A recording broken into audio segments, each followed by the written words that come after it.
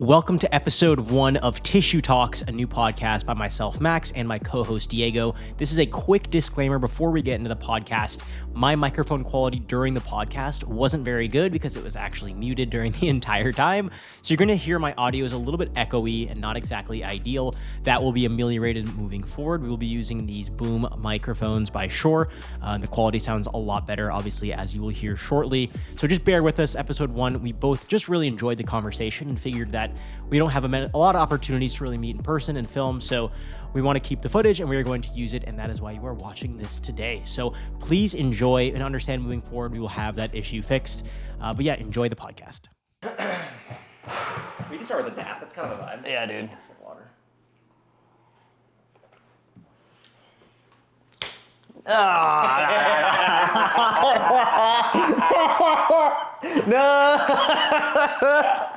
Okay. That one's going in the outro. God.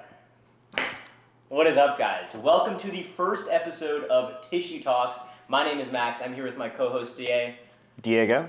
We are going to be talking a little bit about the podcast, why we're starting it, what our goals are with it, and kind of just going through it. So this is episode 1. Super stoked to be filming this today. We are in my apartment, just chilling in the living room.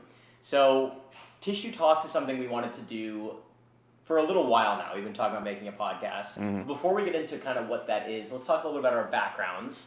I can start off, and I'll pass the phone off to you. Phone or microphone, whatever you want to call it. Please, by all means. This is our first one, so we're going to have some ups and downs, but it's going to be fun. Mostly ups. Mostly ups.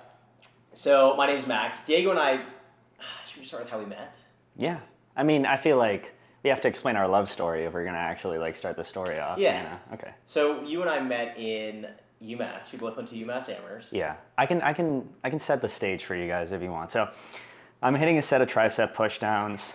I remember I'm going probably 2 to 3 reps shy from failure, and I hear this guy across from the room go, "Yeah, if you're doing chest flies but you open up a little bit more, you can get a deeper stretch and you can increase the stimulus to fatigue ratio." And every single hair on my body stood up. I was like, somebody's talking about stimulus to fatigue ratio in here, and I go up to him, I'm like, "Yo, you into that evidence-based stuff? Is that what your vibe is?" And then the rest is history from there. Yeah. We both definitely connected heavily on one of our favorite educational platforms, Renaissance Periodization. So you may have heard of Mike Israetel. This was back in probably 2020 when we first met. It's been 3-4 years now for sure. 2020, 2021, yeah, for sure. Then. Yeah. So a little bit more granularly, my name's Max, as I mentioned. I studied kinesiology at UMass Amherst. After that, I began working as a personal trainer in New York City. So I'm originally from Western Massachusetts, but my family moved to New York City in 2018 when I started at school. And then once I graduated in 2022, I started working at a gym called Dog Pound, which is a private training facility in New York City, in Tribeca. I've been now working with private clientele for about 2 years. September of 2023, I decided to leave Dog Pound after having been with them for about a year and 3 months. Got a lot of great experience. It was a really awesome environment to learn how to train. And I've been private training at a private facility in Union Square now for about almost a year. It was actually a year on the 8th of September, so I've hit my anniversary. Wow, congrats. Thank you, appreciate it. But yeah, that's a little bit about myself. I'm currently in my Master's for Human Performance and Fitness up at Lehman College in the Bronx, where you may have heard people like Dr. Brad Schoenfeld leading the program, as well as Mike Israetel, who's taught some classes, and we've done some work together as well. So that's kind of where I'm headed. You're with the big boys. Yeah, there's some big dogs up there. Indeed. Milo Wolf, Dr. Pack are also doing work up there. Some of my awesome colleagues who are in the Applied Muscle Development Lab. There's a lot of studies coming out that you see. Recently, actually, a long-length partial study came out with Jeff Nippard that kind of blew up a little bit on Instagram. That was based out of the lab up at Lehman. I wasn't directly for that study the entire time, but I was kind of in and out of the lab over the past year and a half participating in some of that stuff. So a little research-focused, education-focused. And Diego here, I'll let you speak for yourself. It's hard to follow up on that. That was a pretty extensive resume, I'm not gonna lie. So I graduated last semester from UMass Amherst as well with a bachelor's in biology, and I'm currently in New York Medical College pursuing my MD with the goal of ideally becoming a sports medicine doctor down the line. But I'm open to whatever turns life will throw at me along the way. On the side, I also do online coaching with a specialty in powerlifting and also hypertrophy training. And yeah, I'm I'm hoping to incorporate kind of both elements into my practice in the future to kind of be able to produce a holistic service towards both clients and also patients. Yeah. Diego and I have really interesting conversations. That's one of the main reasons we wanted to start this podcast, because Diego's incredibly well-read with biology concepts, hypertrophy, strength concepts, and your ability to divulge and explain these things is really articulate and very captivating. So I've always been like, we should start a podcast because you're so good at explaining this type of stuff. And on the other hand, you've been training people. I've been training people as my full-time job now for 2 years. So I actually have that in-person, boots on the ground type experience. Being in New York City, working with all different types of people, it's been a really growth promoting experience. And I feel from both sides, we not only are able to talk about concepts in a really interesting way, but share more of the interest in science, our familiarity with, as some would say, the current body of literature, which is kind of a funny way of putting it. Whatever that means. Yeah.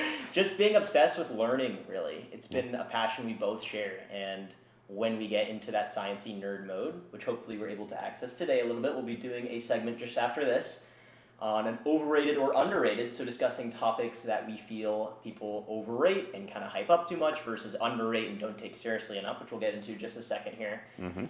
All that type of stuff, and it's been an interesting experience being able to share and explore just information and learn about how does that actually pan out in reality. Are we able to see this science actually work with clients, or is it something that is more just, we don't think is actually as practically applicable? So. Yeah.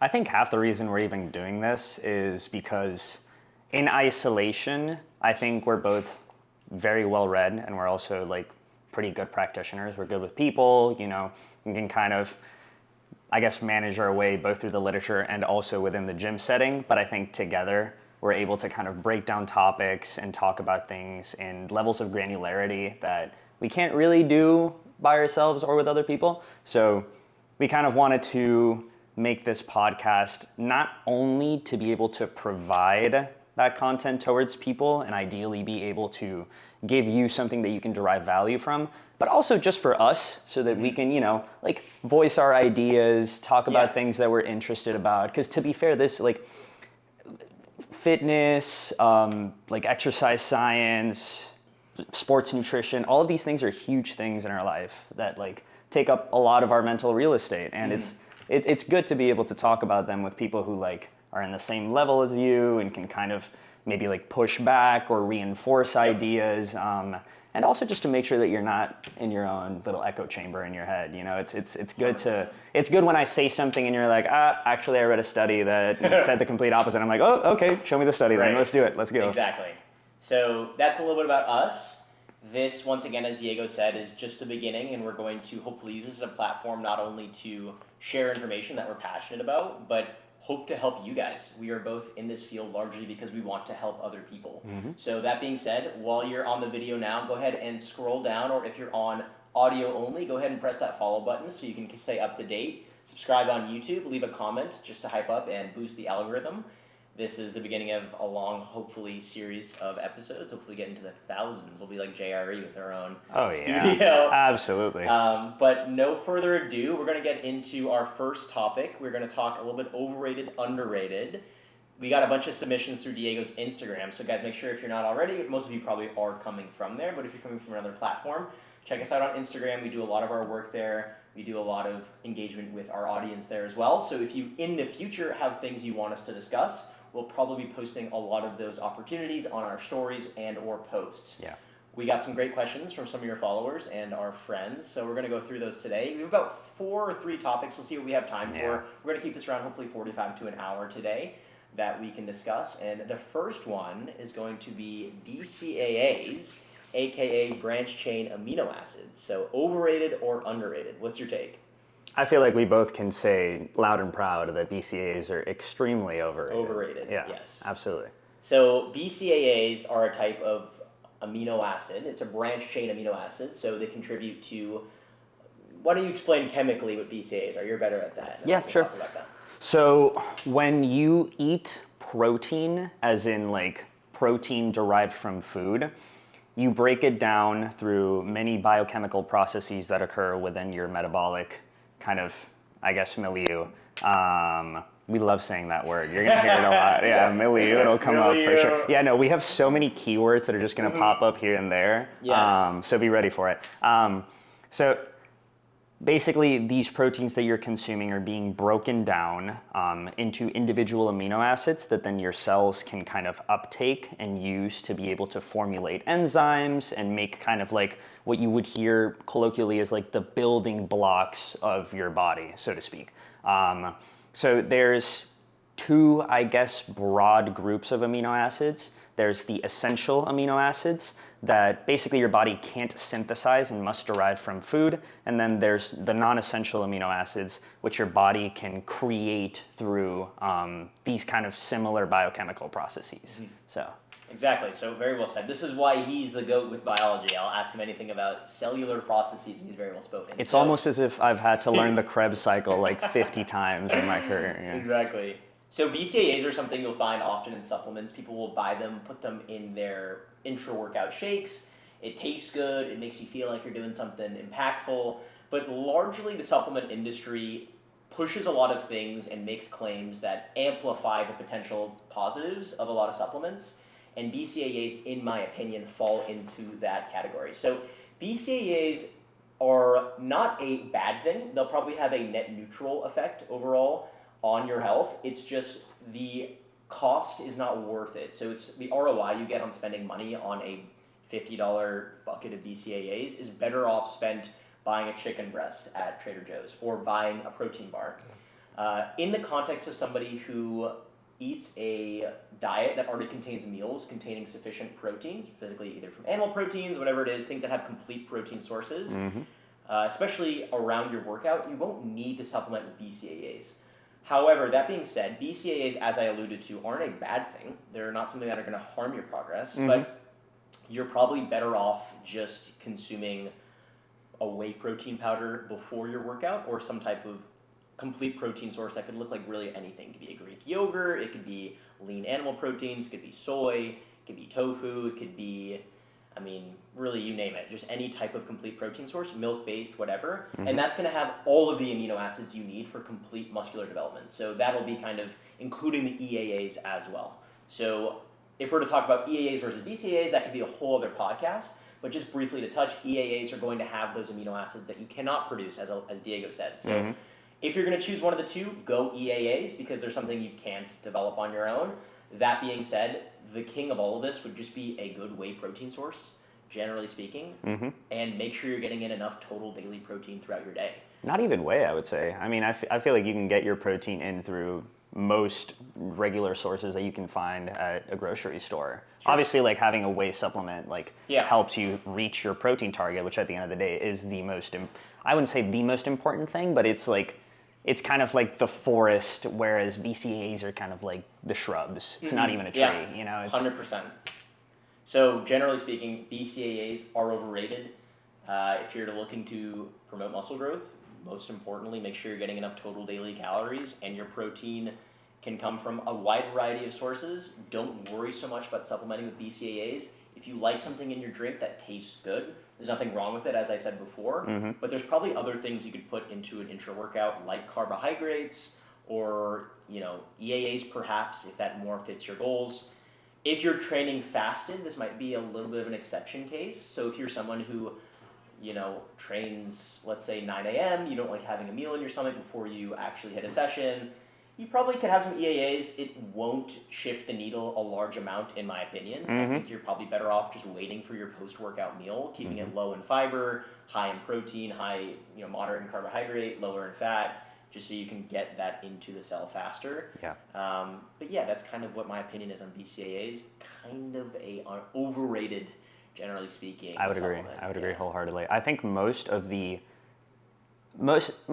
placebo benefit from BCAAs actually just stems from the sweetness, from just the flavor. Right. There's actually some interesting studies that have shown that mouth rinsing with a carbohydrate versus placebo beverage that didn't have calories led to pretty similar outcomes. So a lot of kind of the performance enhancing benefits of BCAAs or any intra-workout beverage that you're consuming is really just kind of like the sweetness of it, like drinking something that's like sugary that makes you feel like you're uptaking some sort of carbohydrate during your workout. 100%. So maybe instead of BCAAs, you could try potentially like maltodextrin or some sort of other carbohydrate powder that actually has been shown to increase performance within the workout. Yeah, for most people listening to this podcast, you probably don't need to worry about what's in your intra-workout drink.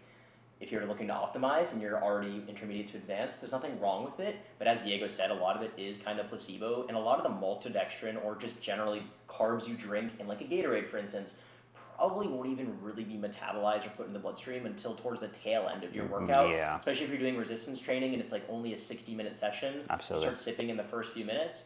We already know we're shunting blood away from the stomach and digestive organs during exercise, so it's not like we're really in the most prime state to digest anyway. So if you like it and it makes you feel good, that's fine. If you're an endurance athlete, this is a different discussion. So if you're doing high volume, like high rocks, CrossFit, cycling, swimming, any type of endurance, longer, higher volume training, and no, I don't mean 3 sets of leg press, it's not high volume. It's like, we mean really consistent work, high work, low rest ratios. These are going to be more important. Like your goos, these types of things will have more application. But generally speaking, if you're someone who's watching this trying to get jacked and you're lifting in the gym, your intra-workout might not be as potent as you might think, which is okay. There's nothing wrong with that. Yeah. For my power lifters out there, your top set of 5 and then your 2 back off sets, you're not going to need carbs, you know. Right. But in terms of endurance athletes or higher volume like training modalities, then carbohydrates are going to become more of a, I guess, performance enhancing. I hate saying performance enhancing because I feel like whenever I say that, like people just kind of think like tren and all the other, like no, like performance enhancing, like it has some sort of ergogenic aid towards the workout. Right. But yeah. Cool. I think we're good with that one. We're good on that. Yeah. Let's move on to the next topic. We have, I want to say we're doing sleep as the next one, right? Yeah, so I had a really interesting question about kind of the amount of sleep versus the consistency of sleep. So which is most important for performance? So after doing a little bit of a deep dive, I found that the amount of sleep actually is overrated compared to the consistency of sleep, so it seems. So you kind of hear these broad recommendations thrown out about getting 7 to 8 hours of sleep per night. And these are, on average, I would say kind of hitting the mark of what most people need. Sleep seems to be a very subjective prescription based on kind of what your daily tasks are. You know, like how much work you're putting on yourself, how much stress you're deriving per day, how much your volume of training is within a given day. That can kind of change, or I guess like change the needle or the goalpost in terms of how much sleep you're going to need per night in order to be able to sustain that amount of work per day. So I actually found some pretty interesting studies and metas that found that an acute sleep deprivation trial, so basically anything under 5 to 6 hours of sleep is considered within the research to be sleep deprivation, at least like not colloquially, but within the literature, at least from what I've found. Acute sleep deprivation has a relatively small effect on strength. So it was really only like a 3% drop on strength on average, with strength being like maximal strength, kind of like a set of maybe below like 5 reps, kind of getting to like that higher end of exertion. And it had about a 10% decrease in performance in more strength endurance type exercises. However, these effects were magnified if there was a consistent sleep deprivation following that that acute bout. So if you're sleeping 5 hours per night every single night, right, and you're waking up tired, you're noticing that you're fatigued in the latter half of the day, then yeah, you might actually start to see a decrement in performance, and potentially your like training outcomes down the line. However, if you had one bad night of sleep, probably not the end of the world. Like you're gonna be fine. Something that was actually very interesting was that within these studies, there was actually a higher effect in terms of the effect that sleep deprivation had on performance. There was a higher effect in people that were training in the latter half of the day, in the afternoon, compared to in the morning after waking up. So if you are sleep deprived, you might notice that if you train later in the day, you're going to see a larger impact to your performance compared to if you were training earlier in the day. And if I were to give my, I guess, informed guess as to why that is, it's probably because you don't have enough sleep to sustain you in those latter kind of parts of the day. Yep. So therefore, you're going to see a larger impact to your performance. So TLDR, the amount of sleep per night for a single night doesn't matter as much as if you're getting consistent sleep night to night, week to week. That's probably going to have a larger effect on your overall training outcomes than just like a single night of sleep. Yeah, very well said. I would add as well, highlighting the strength endurance versus the pure strength outcomes. So as someone who's listening to this, practical application, if you have a newborn baby or you just have a really busy job and you stayed up till 3 a.m. and you have a workout session at 8 a.m. and you only got 4 or 5 hours of sleep, you might subjectively walk into that session telling yourself that you should pull back on a lot of things, but you might also surprise yourself with your outcomes of strength. I would opt for keeping your exercise selection in that lower rep range, so perhaps more like a 6 to 10. Try not to do a lot of pump work or metabolite work, just in that like 15, 20, 30 rep range. You might notice that subjective experience gasses you out and makes it harder for you to have a lot of productive volume throughout the session. So if you're watching this, you know you have a lot of problems with your sleep, definitely understanding the context that sleep is the main thing that will flush your fatigue. So it is also, in that sense, the main thing that will allow you to present more stimulus. Because if we're unable to flush fatigue, it accumulates over time, it kind of adds up week to week, day to day, and you might feel like you're unable to progress in the gym, which is a big problem. You might need to deload more often, which is a big problem. So in an acute sense, as Diego said, this is something that isn't as big of a deal, but if you are someone who is in a fat loss phase or a muscle gain phase and you really want to make substantial body composition changes, 5-ish, 6-ish hours of sleep is going to make that very sticky and challenging for you. So while obviously it's easier said than done for a lot of people to change their sleep, right? People have lives, as I alluded to, kids happen, stuff like this. But if you're someone who's listening to this, who's, has the ability to influence your sleep patterns and improve your regularity, improve your quantity and quality, all of those things, then it will make a huge impact on your ability to be lean, jacked, and look incredibly good. Saucy, diced, thick, Just solid, tight. Yeah, but in seriousness, like I said earlier, the prescription of sleep is contextual. So if you hear 7 to 8 hours a night is what you need, but you're getting 7 to 8 hours and you still wake up tired, one, maybe go see your PCP. That could be a bad thing. Sure. But two, it could also just mean that you need more sleep because you just have more on your plate. Right. In the same way, if you're getting 6-7 hours and you feel great and you're progressing in the gym, maybe if you got more, you would progress quicker or more. But also that might just be enough for, I guess, your current workload. So it's contextual, experiment with it. But if you notice that you're chronically underslept and you're waking up every morning tired, and then by the end of the day you're gassed out, it probably means you need more sleep. 100%. One analogy would be, I guess, if your body's considered like a machine or your phone, if you're using it all day, high intense activities, you're going to drain your battery sooner. So you might need more of that recovery. Really, it's just the nectar of recovery. It is the prime thing to... The nectar.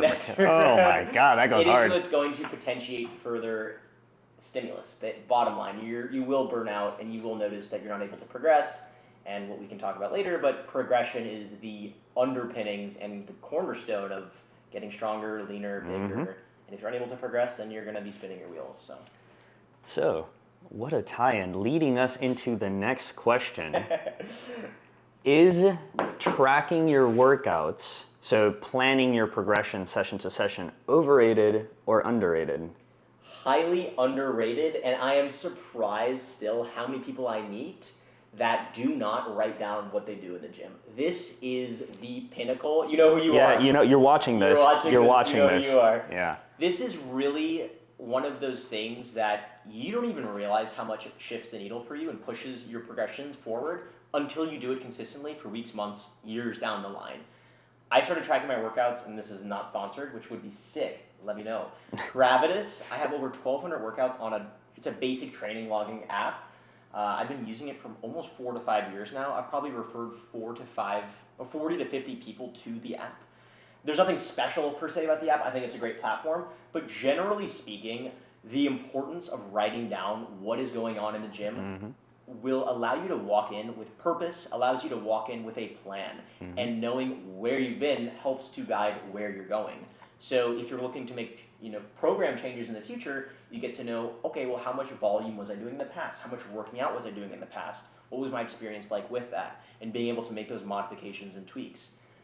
What we know is one of the underpinnings, as I alluded to earlier, of progression is being able to add a little bit each session if you can, right? So that's the concept of progressive overload, which is imposing a slightly higher stimulus or challenge to your muscles over time so that you can look back and see, oh wow, I got way more big and jacked and was able to really progress these numbers quantitatively. What I will add to that is progressive overload isn't something you force, it's something you observe. So your body gets stronger, so you necessitate increases in load or reps. It's not like you can just force muscle onto your body by increasing load or increasing repetitions. It's something you have to do in order to continue to provide enough intensity. So that's an important caveat, and that's coined from Alberto Nunez. He had that quote. I think it was a really, really good one. Shout out Berto. Shout out Team 3DMJ. So beyond just saving your settings and saving a lot of time walking up to equipment, especially if you're going to the same commercial gym, just having it down, you walk in, it takes 2 seconds, it's seat back 3, kick pad 4. I do that for almost all my clients, especially if you have different limb lengths. It will influence your relationship to the machine. So writing it down makes it so much easier just to get in there and get to work. Beyond that, if you're walking into a session feeling tired, being able to have a frame of reference as to what you've done in the past makes it so much easier to not really back out of progression. You see you did 80 for 10 across the board on 3 sets of dumbbell press. Let me try for 80 for 11 instead of being like, oh, I'm tired, I'm not going to go for it. It's better off that you try to push that progression regardless of how you feel subjectively, which kind of ties in to that prior sleep thing, right? Beyond that as well, what's less important is the day-to-day or session-to-session things, but being able to track months and years of progress will allow you to look back at that overarching trajectory. Perhaps you have a couple weeks where you're not progressing a bunch on your lifts. It doesn't matter so much if you're not zooming out and seeing, well, am I progressing this hinge months, in the past, or am I moving forward and are all my lifts on my primaries going up over time, which is the best proxy for long-term muscle growth and long-term strength. So tracking your lifts is one of those things that it's not hard. It also gamifies lifting a little bit. It's basically turning it into a game. You can be like, I want to progress these numbers and I want to have these quantifiable metrics go up over time. Gathering XP, leveling up. Exactly. It's the whole thing. It's good. I think it also allows you to contextualize single sessions rather than like falling into the trap of catastrophizing if you have a bad day or if you take a dip. Kind of like zoom out and realize, oh wait, the trajectory is going up, I'm good. So it both helps you proactively influence your training, but also retroactively assess how your training is going. Right. I would also add for those who often have big layoffs or you travel a lot, you have to take 2 weeks off, 1 week off, and you come back to training. Don't try to go back to what you were doing in that last session. So the logs are great, but I also know that people can get stuck in the logs. Life changes, circumstances change, nutritional protocols change, and you want to use the logs as a tool and a reference of where you are in certain times of your life. If you take a month off, don't go back to what you were doing before. Build up from where you are. It's just data, right? And what gets measured gets managed. So being able to have data, just like with tracking calories, is what's going to help you know, should I add, should I pull back, am I heading in the right direction? Very well said. And then for our last question, we have one that's near and dear to my heart as a power lifter.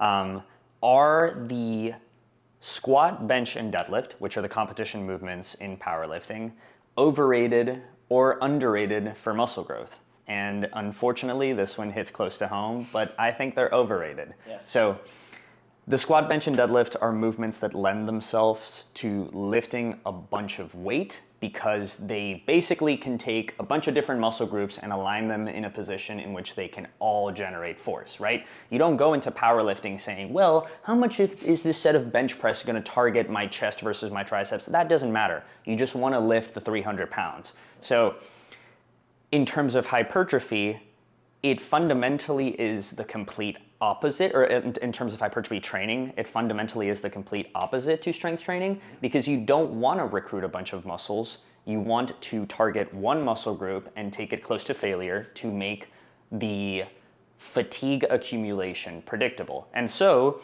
that makes the squat, bench, and deadlift movements that have really bad stimulus to fatigue ratios because the stimulus, aka how much adaptation you're imposing upon the muscle, isn't really predictable because you don't really know how much you're targeting one muscle over the other. And the fatigue is pretty high because you're having to lift a lot of weight, which kind of generates a lot of fatigue on supporting and connective tissues and also just a lot of systemic fatigue. You know, like you do a set of bicep curls and you don't finish and you want to lay down on the floor and like writhe in pain and die, Right. but you finish a set of 5 on heavy squats and I'll tell you, it's life-changing, you know, it'll wreck your shit. So I think there are many more movements that lend themselves better to targeting, for example, like the quads, do a hack squat, do a leg press. You know, like you don't have to squat because there's anything specific about a squat that's going to grow your quads over other movements. If anything, I think probably if you have longer limbs or longer femurs like I do, then the squat is just gonna become a posterior chain exercise or a back exercise. So it's kind of like belittles the entire point. Yeah. So I think the SBD movements are overrated for hypertrophy, even though it hurts the powerlifter in me. But yeah, just do your leg presses. The analogy I use for this is imagine someone hands you a smoothie full of different fruit that's all been blended up. It's hard to say what is the proportion of banana in here versus blueberry versus apple. Whereas if you just take all of the fruit, separate it out, you can see specifically what is in there. So imagine the powerlifting is you have a smoothie full of different fruits. There's a bunch of different muscles getting involved. You don't really know how much of which you're consuming. Whereas with hypertrophy training, you can do a chest fly and you can count that as chest volume. It's very specific training. So with strength training, as Diego said, it's more about movement and less about muscles. Whereas with hypertrophy training, it's that exact opposite. We're trying to focus on stimulating a specific muscle, and compound movements can be a good option for that, but often you want to have ones that are predictably targeting specific tissue. So I think that's very well said, I'd say. That's not to say that you shouldn't do compound movements. I think compound movements are great in terms of having a good stimulus to time ratio, right? Not spending 3 hours in the gym isolating every single muscle group. However, there's better compound movements than others for targeting specific muscle groups. Exactly. That's basically it. Not all compound movements are made the same. Agreed, 100%. Cool, so we went over these 4 questions today for our first podcast on Tissue Talks. Thank you guys so much for watching up until this point. Diego and I are very passionate about this, and we're super excited to provide more content for you guys. Clearly, because we can't shut up about these things. We could go on for hours, trust me. We really could.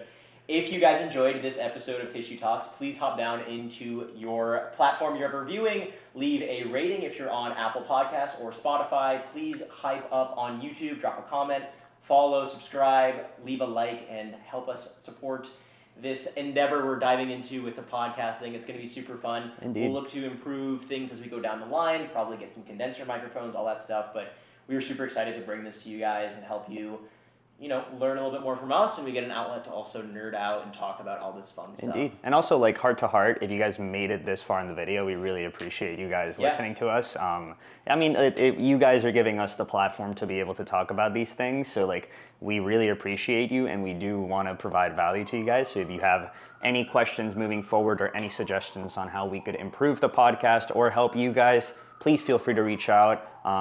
We'll probably link our social medias in the description so that you guys can reach out to us individually. And you can also just shoot us a DM or maybe even like a comment if you have any questions. In the comments, if you have a question you want answered in the next podcast, we'll probably do a Q&A section on most podcasts. And if not, we'll go back into old videos and take a look. So go ahead and drop your questions down below. Once again, thank you guys so much for watching up until this point. Do all that fun YouTube follow, subscribe stuff. Make sure to smash that like button. Comment down below. And we'll see you guys in the next episode. Peace. Shit, bro. Yes. That was way better. Yes. Let's go. Let's go.